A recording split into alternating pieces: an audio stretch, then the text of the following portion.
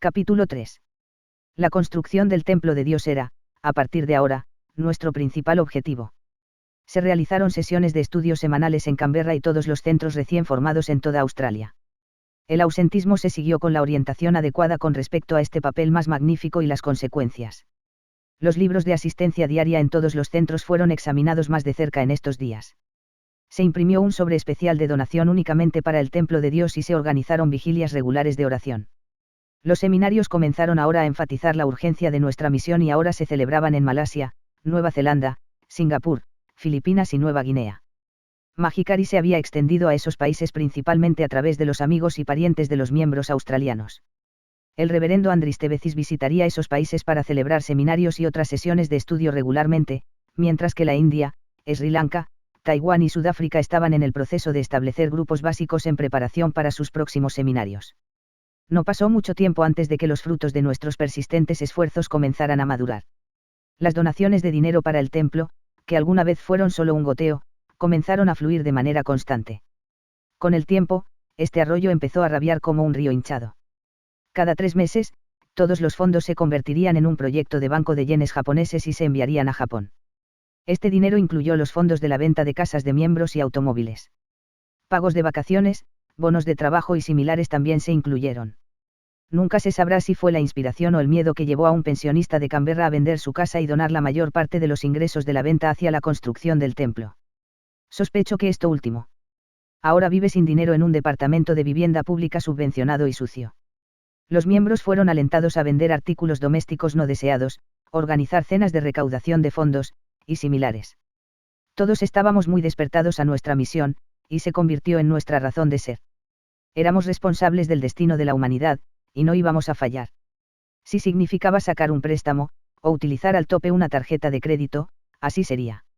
Era impensable entretener cualquier pensamiento o discusión sobre el fracaso, ya que esto sería para tentar al destino. De vez en cuando escuchábamos informes sobre los esfuerzos de otros miembros en Europa y América del Sur y Norteamérica. Ellos también se estaban sacrificando por completo, y todos empezamos a alimentarnos del entusiasmo del otro. Cuando los norteamericanos se enteraron de nuestros esfuerzos, entonces se esforzarían por superarnos. Y así sucesivamente. Mientras tanto, por supuesto, los fondos del templo simplemente se acumulaban en Japón en preparación para el gran día en que comenzaría la construcción.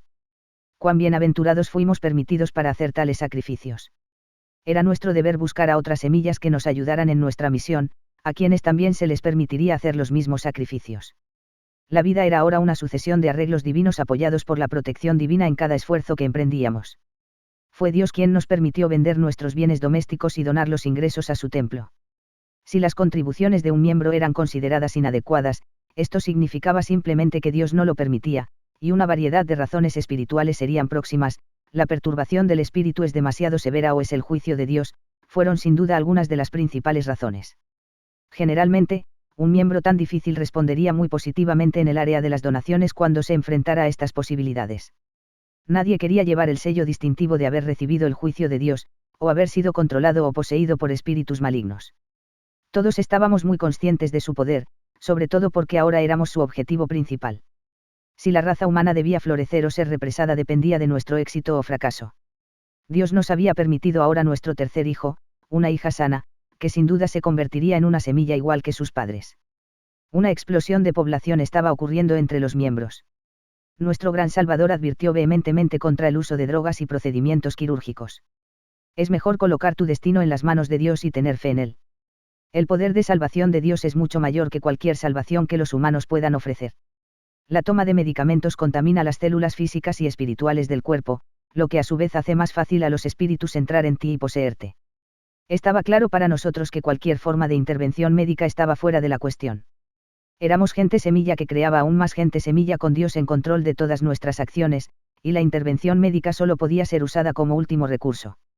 Pedro y Joan eran miembros muy entusiastas trabajando para el cumplimiento del plan de Dios día y noche en cualquier capacidad que pudieran. Brian, su tercer hijo, les fue dado por Dios, para el gozo de toda la familia.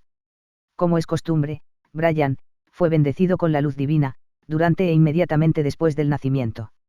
Unos 2 meses después Brian se puso enfermo, y así, naturalmente, sus padres venían al centro todos los días para tenerlo bendecido.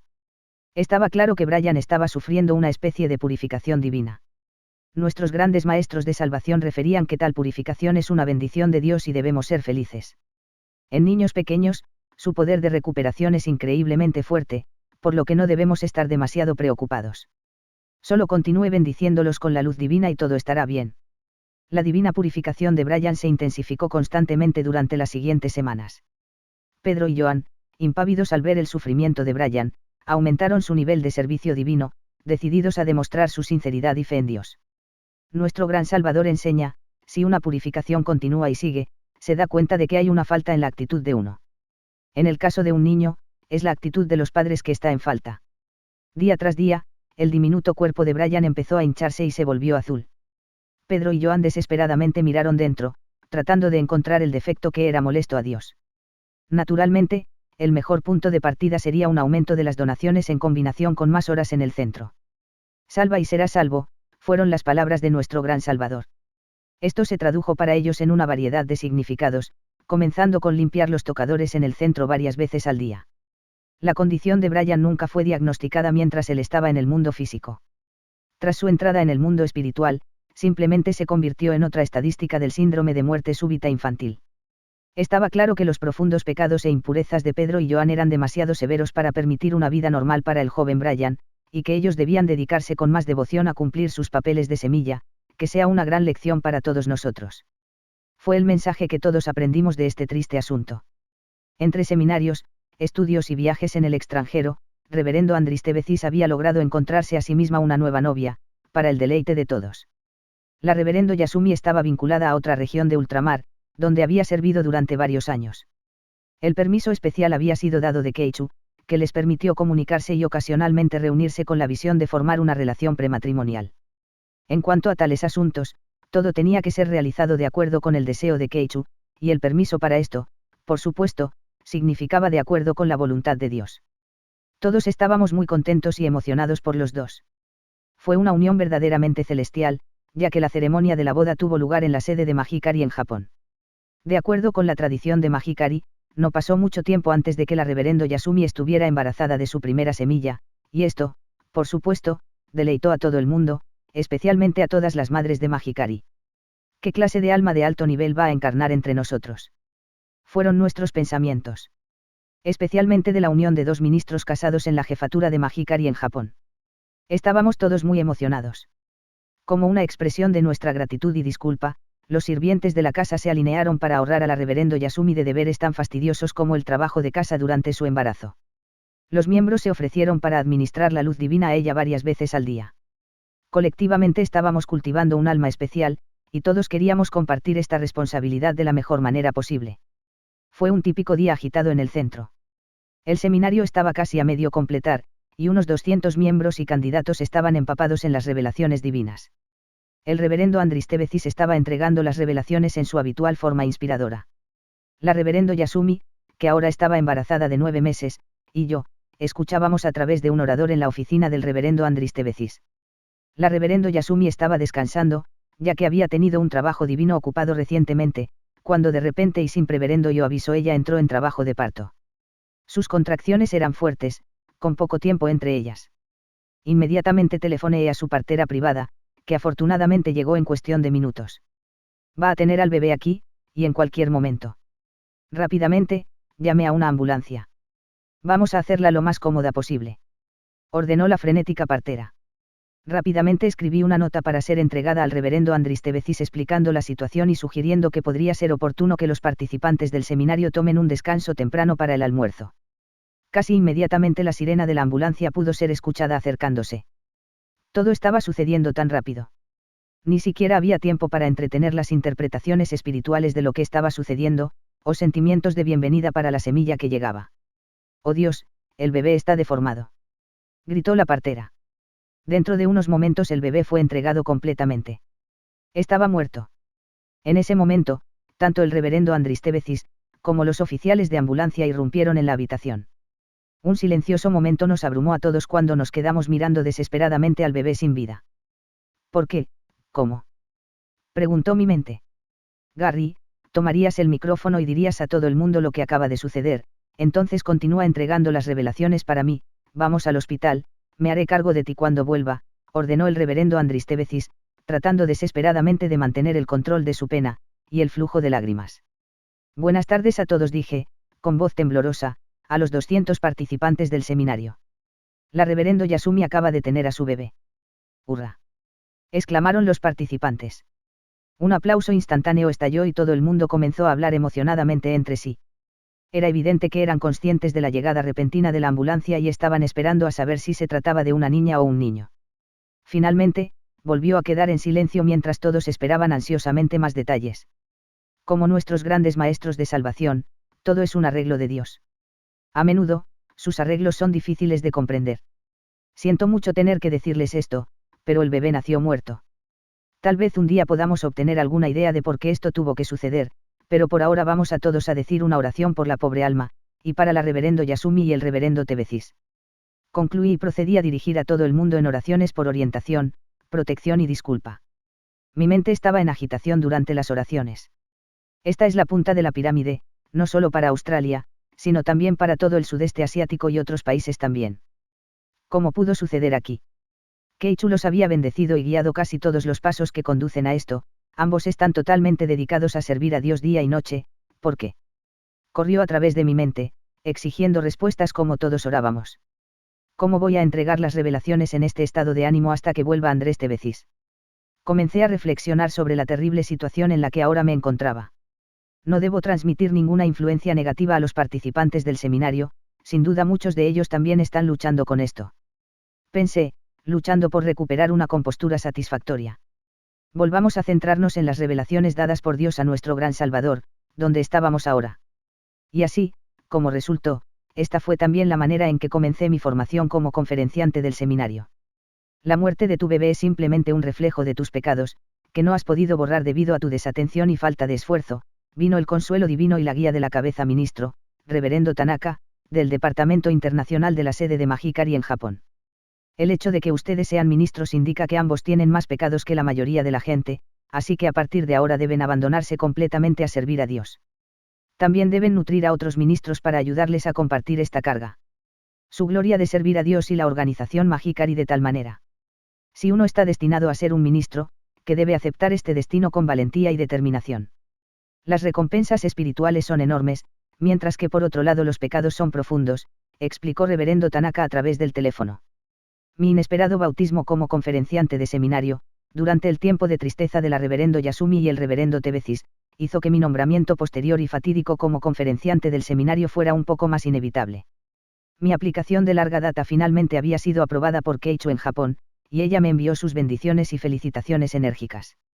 Naturalmente, de ahora en adelante no debía involucrarme con asuntos del mundo secular, y así se me permitió vender mi negocio y donar el dinero a Dios. Ahora era empleado a tiempo completo de él. Mi destino espiritual se había cumplido. Fue con gran júbilo cuando por fin oímos que la tierra había sido comprada recientemente en los Alpes de Japón para el sitio del nuevo templo de Dios. Esto fue más oportuno ya que algunos miembros comenzaron a hacer preguntas, como cuándo y dónde comenzará la construcción. No mucho después de escuchar esta noticia, recibimos dibujos de artistas que mostraban cómo se vería el templo, así como otros detalles relevantes. Esta información actuó como un trampolín, que una vez más proyectó actividades de recaudación de fondos de nuevo en la vanguardia de nuestra conciencia colectiva. Seguidamente se presentó información adicional sobre el lugar donde se iba a construir. Ahora nos enseñaron que desde que el Jardín del Edén estaba originalmente ubicado en Takayama, en la región de Hida, en el centro de Japón, era donde se iba a construir el templo de Dios, y se había asegurado un sitio en la ciudad de Takayama, sobre el nivel del mar. Esta región había sido revelada a nuestro gran Salvador en 1974, y ahora, debido a nuestros esfuerzos, Dios nos había llevado a este sitio, en la tierra libre de turbamientos espirituales. El 5 de mayo de 1980, comenzó la construcción del último templo de Dios, tal como lo había hecho el rey Salomón, rey de los judíos, hace varios miles de años. Esta vez, por supuesto, el pacto nunca debe ser roto. No serán los nazis los que se ocuparán de nosotros si lo hacemos, será Dios mismo todopoderoso. Mahikari Australia había crecido considerablemente mientras tanto, y la membresía consistía en miles de miembros en 10 países. Con la noticia emocionante del comienzo del templo, las donaciones llegaron inundando. Algunos miembros incluso se ofrecieron a ir a Japón y trabajar con la empresa de construcción contratada. Las peregrinaciones se organizaron para visitar el sitio sobre una base regular, y los peregrinos que regresaban naturalmente inspiraron a sus compañeros para hacer compromisos aún mayores. Siempre, las palabras de nuestro gran Salvador resonaban en nuestros oídos. Cuando el templo se complete, una vez más este mundo se volverá a un jardín del Edén. La luz divina se extenderá fuera del templo y toda la humanidad será salvada. La perturbación del espíritu será resuelta, y la humanidad por fin vivirá en paz y armonía. Más tarde se anunció que el templo se completaría en noviembre de 1984. Desde que era ahora ministro y discípulo de nuestro gran Salvador, bajo el mando de Keichu, fui responsable del bienestar espiritual de los miles de miembros de nuestra vasta región. Dondequiera que fui, yo era la punta de su pirámide, que a su vez era parte de una aún más grande, con Keichu en la parte superior. Keichu, a su vez, es parte de la pirámide divina que tiene al Creador en su apogeo. Mantener este orden divino, con todos sabiendo su lugar, fue primordial para la salvación global y personal. Los miembros que tuvieran dificultades para aceptar esta orden no podían progresar espiritualmente hasta que se resolviera el asunto, y los miembros que encontraban este divino concepto difícil de entender siempre se encontraban en la base, donde permanecerían hasta que aceptaran el concepto divino. Naturalmente, de alguna manera esto facilitaba la vida a los ministros y a otros miembros que se encontraban en algún lugar entre el ápice y la base de la pirámide. Todo el mundo simplemente aprendió a aceptar su posición en el esquema general de las cosas. Esto también incluyó la aceptación de cualquier responsabilidad divina, tareas, decretos o enseñanzas. Cuanto más cerca llegas al ápice, más cerca estabas de Dios. Detener o revertir este movimiento para siempre ascendente era impensable. Permanecer en la base por demasiado tiempo era una clara indicación de que la distancia entre tú y Dios no había disminuido, y era una de mis responsabilidades velar porque esto no ocurriera. Si lo hizo, fue mi fracaso, no el de los miembros. De esta manera, toda la organización Magikari, ya sea en Japón o en las selvas de Borneo, funciona con la precisión de un reloj suizo, engrasado por el sudor de los miembros mientras se esfuerzan por permanecer cada vez más cerca de Dios. Cada día Keichu ora por el aplazamiento del día del juicio de Dios para que solo unas pocas personas más sean salvadas. Si no fuera por sus heroicos esfuerzos día y noche, ese día ya habría llegado. Así se aprende a mirar cada día como el periodo de calma antes de la tormenta. Dios nos está observando. Nuestras actividades actúan como un barómetro que mide la severidad de la tormenta que está a punto de golpear a la humanidad. Solo Magikari tiene el poder de salvar a la humanidad, por lo tanto, es esencial que la organización sea nutrida y fortalecida con sus grandes esfuerzos y contribuciones. Qué suerte tenemos de haber nacido en este momento, cuando podemos contribuir tanto a la salvación de la humanidad. Por lo tanto, no pierda esta gran oportunidad de dedicarse totalmente a Keichu y utilizarla como su modelo a seguir. Esto agradará a Dios y le ahorrará de perturbación de espíritu. Puesto que ninguno de nosotros sabe la profundidad de nuestros pecados e impurezas, debemos preparar planes de contingencia para hacer frente a la tempestad de la tormenta de la ira de Dios. Esta tormenta podría golpear en cualquier momento y en cualquier lugar. Todos nos aseguramos de que no cometamos el pecado de negligencia en este asunto, era la esencia de lo que recibí desde el ápice de mi pirámide. A su vez, lo transmitiría hacia la base.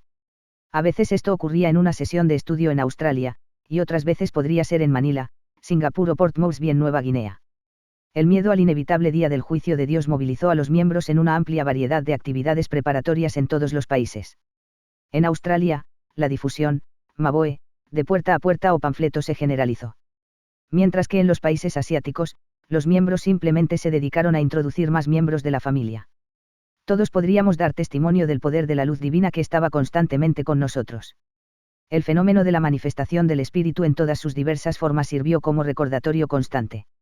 No teníamos ninguna razón para dudar de las palabras de nuestro gran Salvador y Keichu, y basándome en esta premisa, los miembros no tenían ninguna razón para dudar de mí tampoco.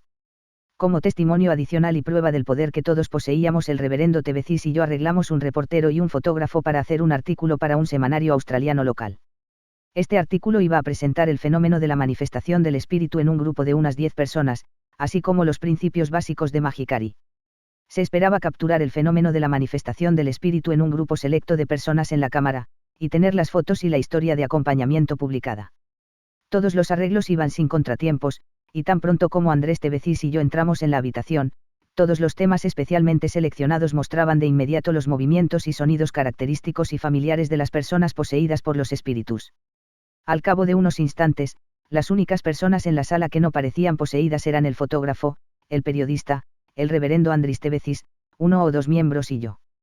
Esto fue increíble, ya que todo lo que hicimos fue entrar en la habitación. El poder de la luz divina hizo el resto. El fotógrafo y periodista produjeron un excelente artículo, completo con fotos, y naturalmente nos aseguramos que cada centro recibiera copias. Puesto que el poder de la perturbación del espíritu es tan severo, debemos mantener un control mutuo para asegurarnos de que no nos dejemos llevar por el camino, por lo tanto, es mejor buscar el compañerismo de otros miembros tan a menudo como sea posible. Para ceremonias y estudios. Si no has visto a alguien por unos días, ve a ver su situación, incluso si eso significa ser un poco firme, llévalos al centro, fueron las palabras de orientación que retransmitió. Más tarde, esto se tradujo en algunos miembros que trasladaban su hogar, donde era posible, a vivir más cerca de sus centros. Está claro de la experiencia pasada que los miembros que viven en las áreas del país, o en las ciudades donde no hay centro, se convierten en perturbados por los espíritus y abandonan. Es mejor vivir lo más cerca posible de la cima de la pirámide, donde recibirá mayor protección, especialmente si llega el día del juicio de Dios, reverendo Andris Tebecis añadiría para reconfirmar lo que ambos habíamos experimentado. Previsiblemente, comenzamos a ver a muchos miembros vender y mudarse a Canberra, la parte superior de la pirámide en esta parte del mundo, al menos. Naturalmente, fueron recibidos con los brazos abiertos como vinieron desde el desierto. Esto nos permitió guiarlos más eficazmente, y aumentar su posibilidad de salvación. Al asistir al centro casi a diario como todos los demás, se elevarían espiritualmente más rápido y, por lo tanto, serían de mayor utilidad para Keichu y, en última instancia, el plan divino. Esto haría a Dios complacido con todos nosotros. Todo el mundo vivía en la sombra de saber que el día final del juicio de Dios era inminente. Si no estuviéramos a la altura de sus expectativas, sabríamos cómo podría evocar su ira sobre nosotros en cualquier momento. Estábamos totalmente a su merced.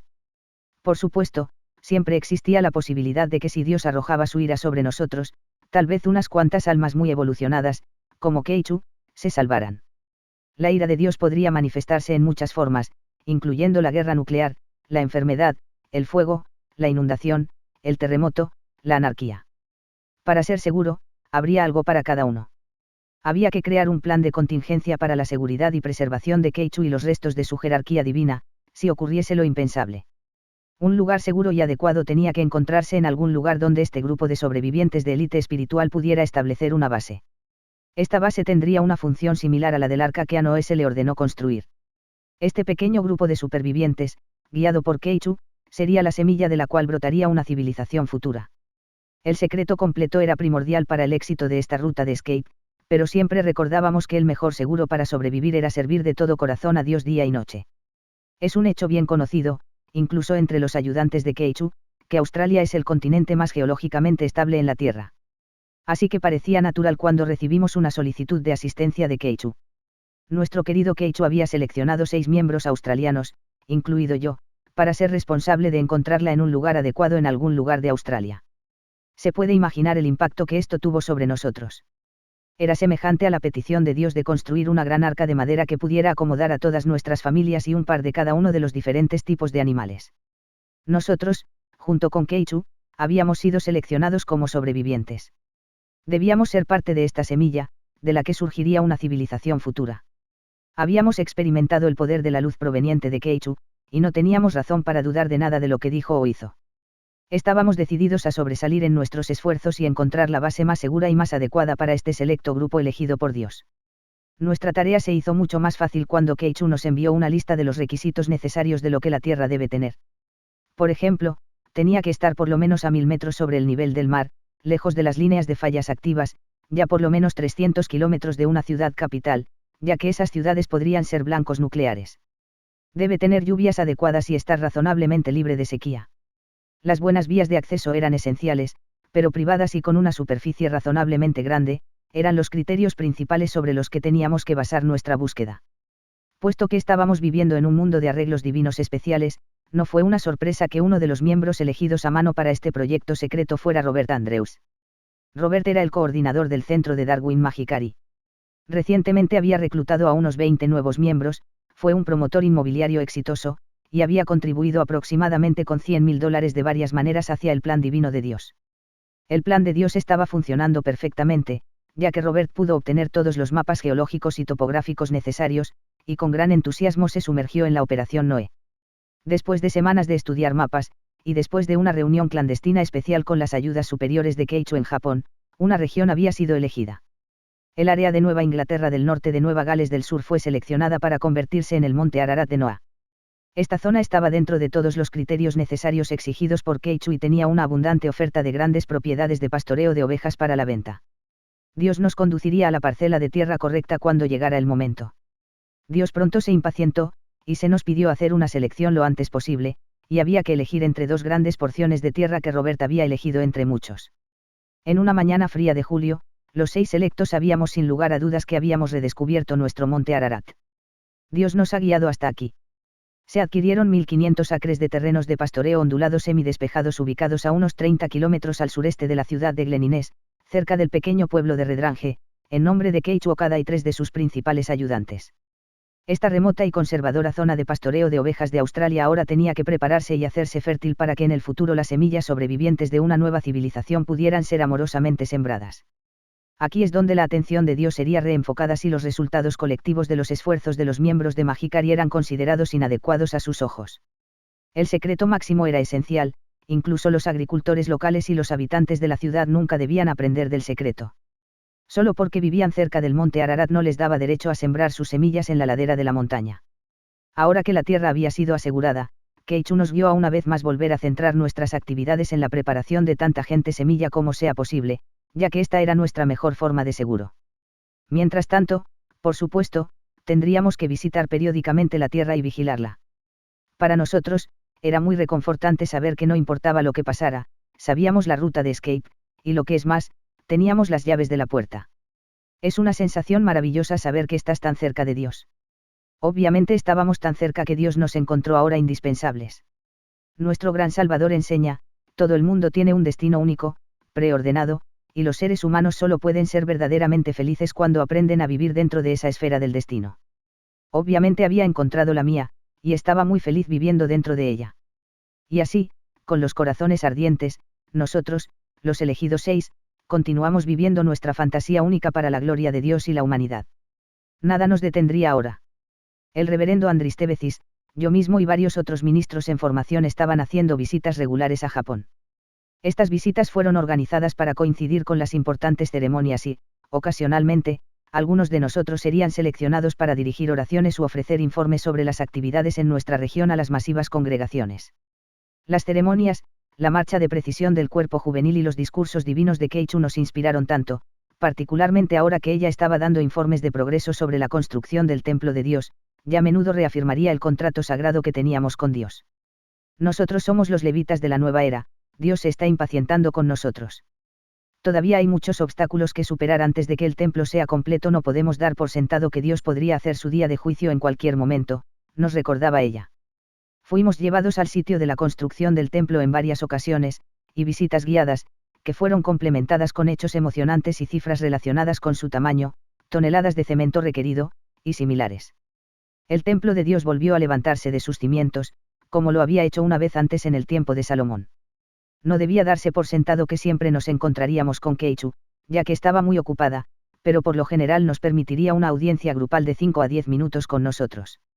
Su personal nos amonestaría a menudo después diciendo que debido a nuestra falta de propagación de Magikari tan rápido como Dios había esperado, Keichu tuvo que trabajar mucho más duro, a menudo días sin dormir. Fue después de una de estas visitas que reverendo Andris Tebecis decidió que Australia estaba ahora lista para su propio cuerpo de jóvenes Magikari.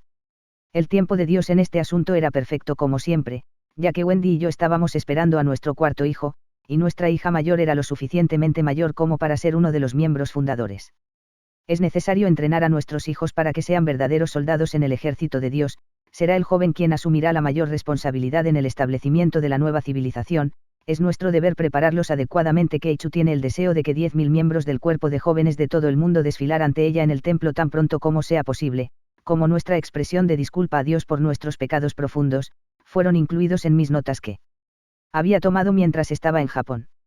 No está permitido cuestionar su voluntad, la única pregunta que se permite es cómo lograrlo. Padres, si realmente quieren que su familia florezca y reciban la protección especial de Dios, ofrezcan a sus hijos a Dios como soldados que se adelantan. Dios tiene grandes expectativas en nuestros jóvenes y quiere aprovechar su energía juvenil ilimitada para jugar un papel importante en la próxima civilización espiritual. Dios ha estado planeando para que nazcan en las familias de los miembros de Magikari en este preciso momento de la historia, a fin de que puedan cumplir con sus funciones especiales. Fue retransmitida en todos los centros a lo largo de nuestra siempre expansión regional en sesiones de estudio para padres. Este es un papel glorioso, así que naturalmente los requisitos serán estrictos para convertirse en un miembro completo del cuerpo de la juventud. Un niño o un joven debe introducir al menos otro para convertirse en un miembro de Magicar y también es esencial para asistir al centro en una base deberá estar por lo menos 2 veces a la semana durante 4 horas cada visita, y dar y recibir la luz por lo menos una vez al día y poder asistir a los campos de entrenamiento regulares de fin de semana cuando esto sea logrado satisfactoriamente, para que su hijo sea aceptado como un miembro completo del cuerpo de la juventud Magicari. Keicho hace el nombramiento ella misma, ya que ella es la comandante suprema, por lo que no debe tomarse a la ligera. Reverendo Andris Tebecis explicaba. Preguntamos entonces, ¿hay padres aquí que no quieren que sus hijos sean miembros del cuerpo? Como era de esperar, la actividad del cuerpo de jóvenes comenzó en casi todos los centros. Cuán magníficos parecían marchar en perfecta unión, vestidos con sus uniformes verdes y blancos. Era tan reconfortante para los padres saber que Dios había preparado tareas especiales para todos ellos. Eran nuestros hijos, y Dios nos había confiado su bienestar físico y espiritual. Magicari estaba entrando ahora en otro periodo de crecimiento significativo, ya que parte de la actividad regular del cuerpo juvenil era realizar llamadas de casa en casa y distribuir folletos de propaganda de Magicari. Con cada folleto que pones en el buzón de alguien, haz una oración sincera a Dios para que se permita a los miembros de la familia leerla. La luz divina de Dios se transmite a través de estos folletos, por lo que cada hogar está siendo bendecido. Quieran leerlo o convertirse en miembro, saben que con sus valientes esfuerzos, al menos, estarán recibiendo la luz y algún grado de salvación. Fue el estímulo dado tanto a los miembros del cuerpo juvenil como a los candidatos para moldear sus jóvenes corazones y mentes, convirtiéndose en valientes jóvenes soldados. Los jóvenes candidatos con éxito serían ceremoniosamente invitados durante la ceremonia mensual de acción de gracias de su centro, y solo entonces se permitiría al exitoso miembro del cuerpo donar el codiciado uniforme verde y blanco. Naturalmente, cuanto más miembros del cuerpo de jóvenes un centro reclutó, más benditos serían todos.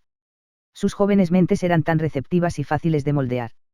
Su entusiasmo y capacidad para duplicar el modo de pensar y comportarse japonés fue asombroso, y pronto sus expresiones se convirtieron en una sucesión de clichés divinos intercalados con palabras japonesas, un nuevo lenguaje. Sabían cuándo, cómo y a quién debían inclinarse. Los habíamos encontrado su lugar legítimo dentro de la pirámide jerárquica de Magicari. Para que la organización de Dios cumpla adecuadamente su papel, es esencial que todos conozcan su lugar dentro de la jerarquía, ya que esta es la ley divina. No puede ser violado.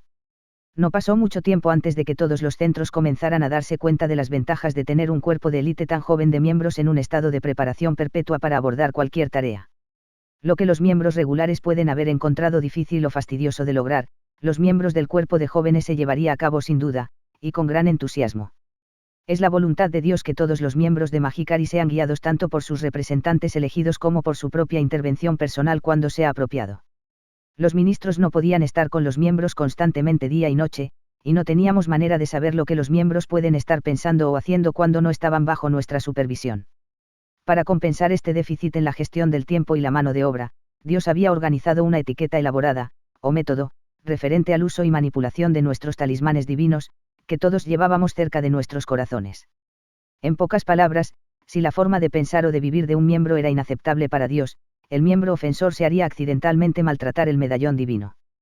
Todo el mundo tenía una lista impresa que detalla lo que es y no es aceptable manejo a los ojos de Dios, y los miembros podrían referirse a esta lista si es necesario. Por ejemplo, no está permitido colocar el talismán divino en el suelo, en una cama o silla, o dejarlo caer. Tampoco está permitido usarlo por debajo del ombligo, mojarlo, dejarlo entrar en contacto con las sábanas o permitir que nadie lo maneje. Si alguno de estos eventos sacrílegos ocurre, es una clara indicación de que hay algo seriamente malo con la actitud o comportamiento del miembro ofensor.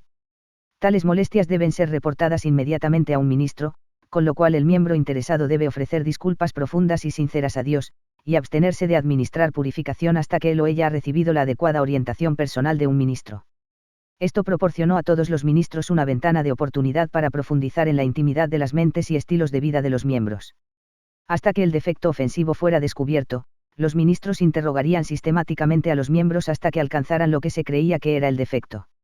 Necesitaban determinar si el miembro estaba ofreciendo donaciones en equilibrio con sus bendiciones o sus pecados acumulados e ingresos. Estaba involucrado en actividades sexuales injustas o en el uso ilícito de drogas. Asiste al centro regularmente, ¿y por cuánto tiempo? Y así sucesivamente, hasta que la falla o defectos fueron finalmente descubiertos. Puesto que Dios se había esforzado mucho para arreglar espiritualmente el percance del medallón divino, no estaría satisfecho hasta que el miembro ofensor se arrepintiera, y accedió a rectificar lo que fuera en su mente o estilo de vida que causó el acontecimiento en primer lugar. Se convirtió en una de mis responsabilidades de asegurar que todo el episodio desagradable se aprovechara plenamente desde el punto de vista de Dios y de la organización. Por lo general, estaba divinamente planeado que cuando se reportara un error de manipulación indebida, sería 1 o 2 meses antes de que un ministro pudiera estar disponible para dispensar la guía necesaria y realizar un interrogatorio divino. Este lapso de tiempo aseguraría que el miembro involucrado tuviera tiempo suficiente para reflexionar profundamente sobre sus errores y comenzar el arrepentimiento. Naturalmente, otros miembros del centro estarían conscientes de lo que había sucedido, ya que al miembro ofensor no se le permitía dar la luz divina a otros. Este sentimiento de ser condenado al ostracismo era parte de la limpieza espiritual del miembro y del arrepentimiento divino. En los centros donde quiera que se produjera un accidente de talismán divino, todos los miembros entrarían automáticamente en un modo de búsqueda de alma autoimpuesto y en el exilio para asegurarse de que una cosa tan inimaginable nunca podría ocurrirles. Donde quiera que viajaba a través de nuestro vasto imperio espiritual, siempre habría el inevitable surtido de miembros que habían maltratado su talismán. Una de mis primeras responsabilidades a la llegada sería una sucesión de entrevistas con los miembros que habían cometido falta para averiguar desde el punto de vista de Dios, dónde están haciendo un error, y para dar la orientación correctiva necesaria. Estas entrevistas unilaterales sirvieron para monitorear en todo el mundo exactamente dónde estaban colocados los miembros en el orden divino, independientemente de si habían maltratado su medalla o no, ya que su turno probablemente no estaba muy lejos también. Para obtener la absolución absoluta del pecado grave de maltratar un medallón, solo Keichu tenía el poder de intervenir en nombre de un miembro y pedir el perdón de Dios.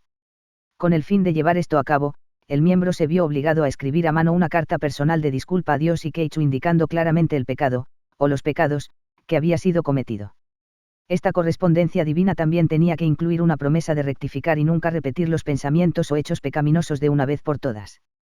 También se requería un relato descriptivo de cómo ocurrió el percance real. Keichu está trabajando para el plan divino día y noche, por lo tanto es demasiado descortés para interferir con su horario diario para pedirle que ruegue a Dios por su perdón. Pero si su carta está acompañada con una donación que está en equilibrio con su divina transgresión e ingresos financieros, entonces no será tan descortés, fue la guía divina dada a tales miembros. Estas cartas de disculpa y las donaciones acompañantes fueron luego traducidas al japonés y enviadas a Keichu. Una copia se guardó en el archivo en el centro local, y de esta manera los ministros podrían fácilmente refrescar sus memorias en cuanto al pasado y probables transgresiones presentes y futuras de miembros. Una revisión rápida de las transgresiones divinas de todo el mundo serviría bien en dispensar orientación y seleccionar temas para las sesiones de estudio. Casi todo el mundo, en algún momento u otro, sería víctima del inevitable accidente de talismán. Para algunos, fue una ocurrencia regular.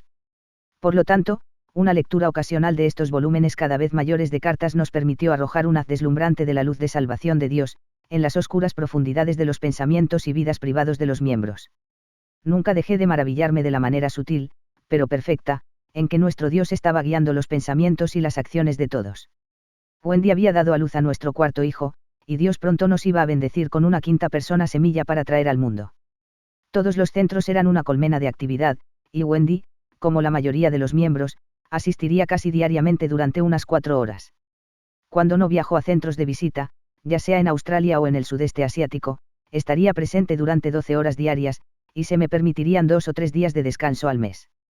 Era impensable retrasar el plan de Dios al tomar unas vacaciones. ¿Cómo podría uno ser tan egoísta en un momento como este? Cualquier miembro que se fuera de la ciudad para un descanso siempre tomar sus vacaciones en una ciudad que tenía un centro, y naturalmente asistir a ella casi a diario.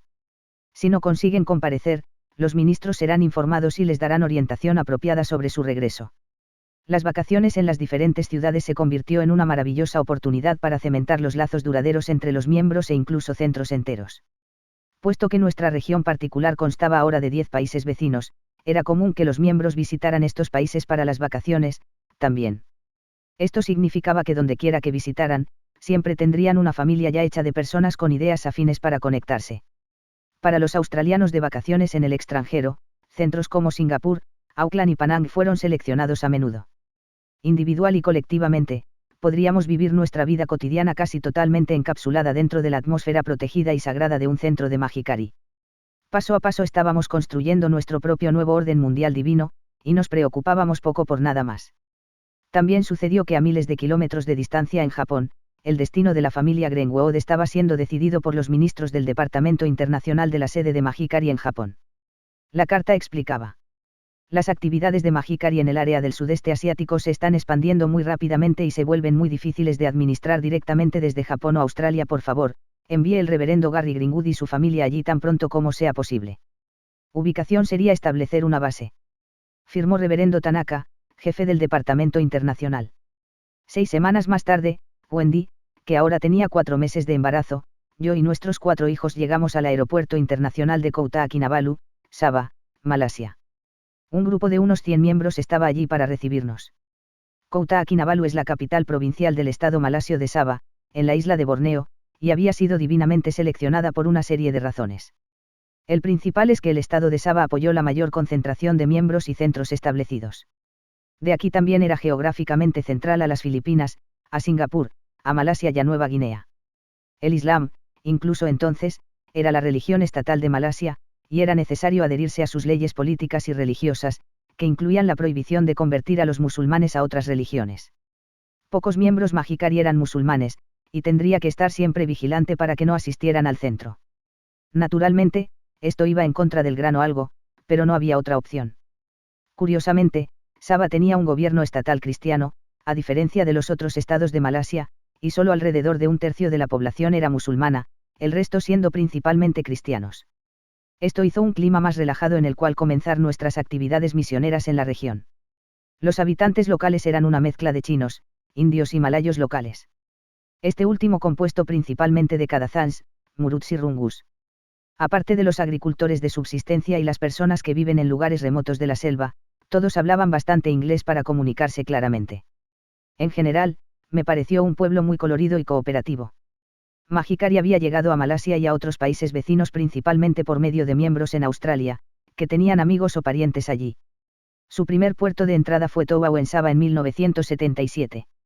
Se había construido recientemente un nuevo centro grande en Kota Kinabalu, por lo tanto este debía ser nuestro nuevo hogar. En realidad se encontraba a unos 10 kilómetros de la ciudad, rodeada de arrozales y a la sombra del monte Kinabalu, la montaña más alta de esa parte del sudeste asiático, a unos 4.101 metros sobre el nivel del mar.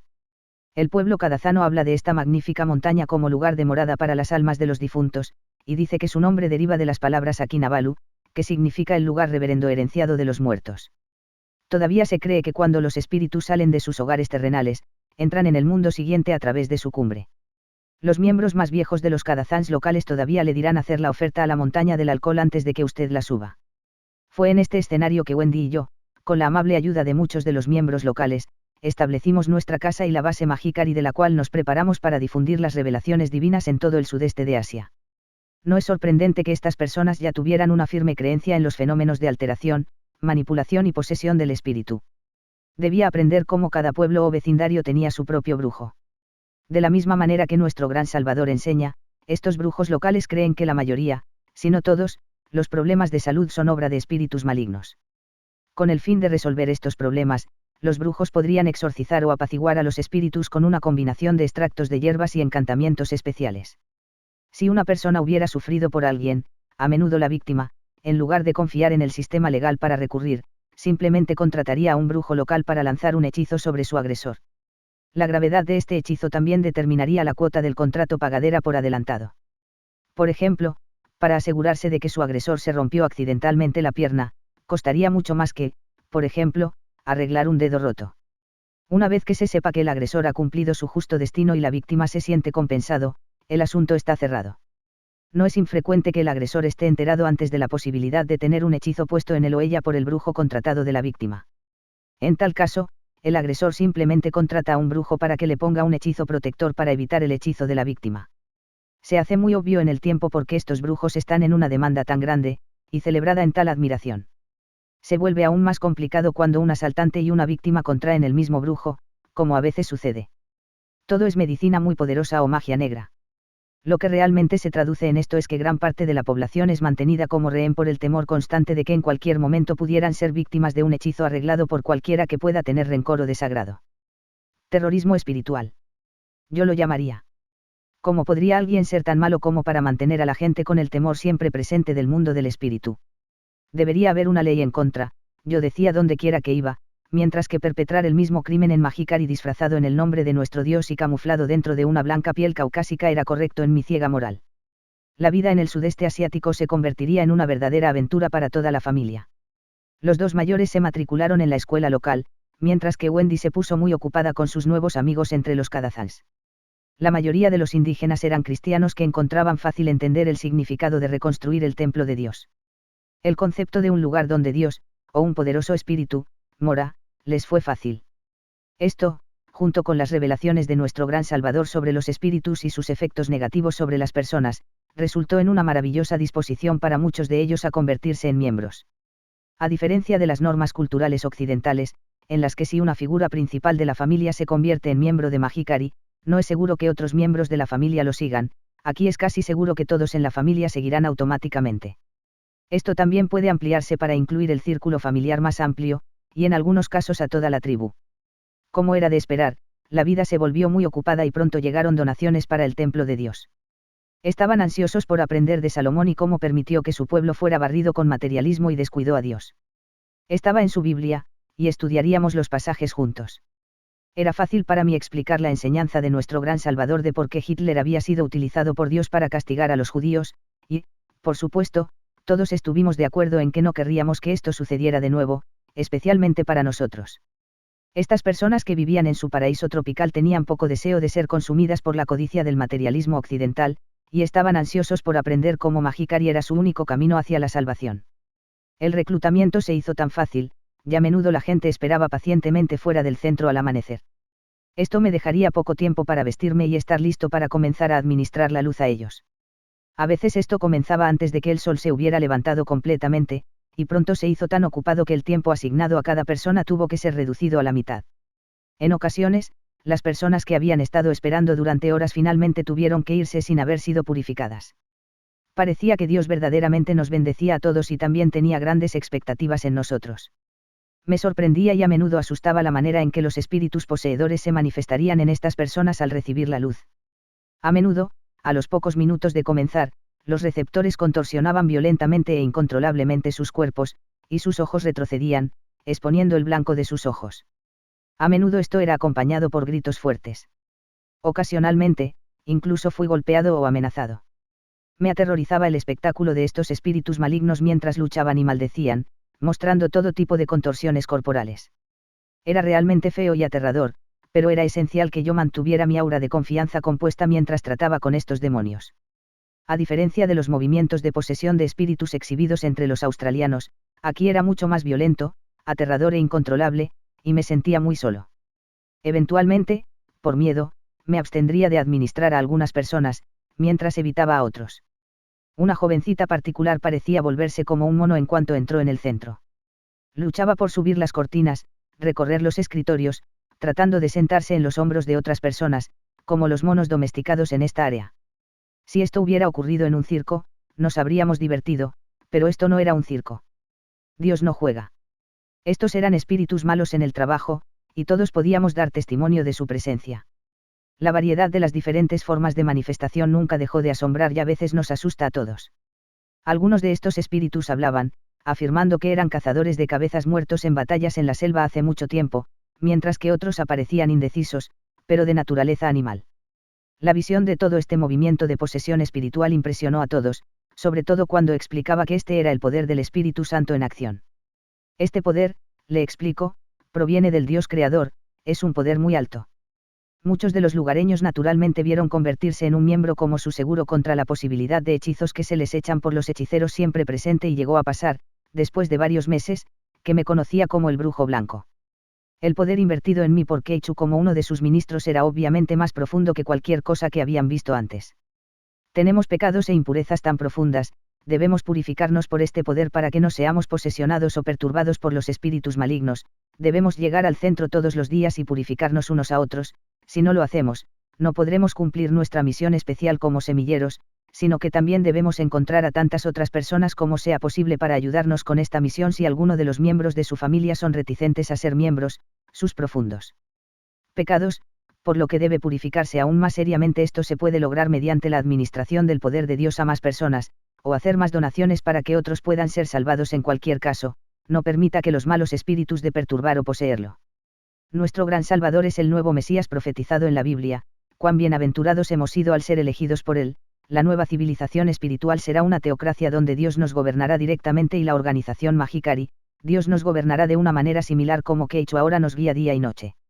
Ella conoce nuestros pensamientos y nuestros fracasos, le explicaría donde quiera que vaya, el efecto de estas palabras, combinado con el poder que se manifiesta entre los miembros, literalmente haría que todo el mundo estuviera hechizado. Si las contribuciones para el templo de Dios estuvieran por debajo del objetivo, la simple adición de las palabras el poder de protección de Dios aumentará en consecuencia, o palabras similares, asegurarían que los objetivos fueran cumplidos. Armado con las revelaciones de nuestro gran Salvador y el poder de Dios, viajé por Sabah, Sarawak, Malasia Occidental, Singapur, Filipinas y Nueva Guinea. No pasó mucho tiempo antes de que todas estas regiones tuvieran centros florecientes de Mahikari propios, desde donde las revelaciones fueron exportadas a otros países como Tailandia, Sri Lanka, India, Taiwán y Sudáfrica. Enseñé las revelaciones no solo en las sofisticadas ciudades de Singapur y Kuala Lumpur, sino también en las aldeas remotas y primitivas y campones en el corazón de Sarawak, incluso viajando a lo largo del río Rahang en barco, visitando a las personas que todavía viven en sus tradicionales casas largas peculiares a esa parte de Borneo. Estaba decidido a no dejar piedra sin mover. Fue en Nueva Guinea que, por primera vez, me enteré del misterioso culto de carga. Este culto en particular consiste en tribus primitivas que se reúnen en temor en los aeropuertos locales ofreciendo ofrendas de cerdos y otros productos que se ofrecen a los dioses de plata a medida que descendían de las nubes. Se pensó que ofreciendo a estos dioses sus productos preciados, los favores divinos serían otorgados a ellos. ¡Qué supersticioso! ¿Cómo podría alguien creer este tipo de tonterías que proclamaría? Los miembros del centro de Sandakan, situado en el extremo noreste de Sabah, me llevaron al sitio de un antiguo campo de prisioneros, donde durante la Segunda Guerra Mundial los soldados japoneses habían encarcelado a miles de soldados australianos. Fue a partir de aquí donde los japoneses marcharon 2.400 prisioneros de guerra australianos a Renau, cerca de la base del monte Kinabalu, a una distancia de 240 kilómetros, a partir de septiembre de 1944. En agosto de 1945, los 6 únicos supervivientes llegaron a Renau. Esto ha llegado a ser conocido como la Marcha de la Muerte Sandakan. El viejo campamento de prisioneros, el punto de partida de la Marcha de la Muerte, es ahora un parque, y no hay mucha evidencia de lo que debe haber sido como hace 60 años. Naturalmente, asumí que todos los rastros del espíritu brutal ultranacionalista que se había apoderado de Japón en ese momento también habían perecido en el camino con el paso del tiempo. No debemos permitir que un espíritu tan nacional se levante nuevamente, debemos crear una teocracia global, le expliqué a los miembros amables y entusiastas del centro de Sandakan Mahikari mientras permanecíamos entre las pocas reliquias restantes de este espantoso episodio de la inhumanidad del hombre a hombre. Esta visita al antiguo lugar de la prisión me conmovió profundamente, ya que era la primera vez que oía hablar de este trágico acontecimiento. También me hizo sentir orgulloso y agradecido de ser un australiano. Mi suegro, que Wendy y yo habíamos introducido para convertirnos en miembro de Mahikari, había combatido a los japoneses en Sabah unos 60 años antes. Él aterrizó cerca en Tarakan como parte de la 9ª división australiana. Sentía que tenía tanto de qué estar orgulloso como ahora mi suegro y tantos de nuestros miembros de la familia ahora eran parte de un nuevo ejército. Todos éramos soldados universales luchando contra las fuerzas del mal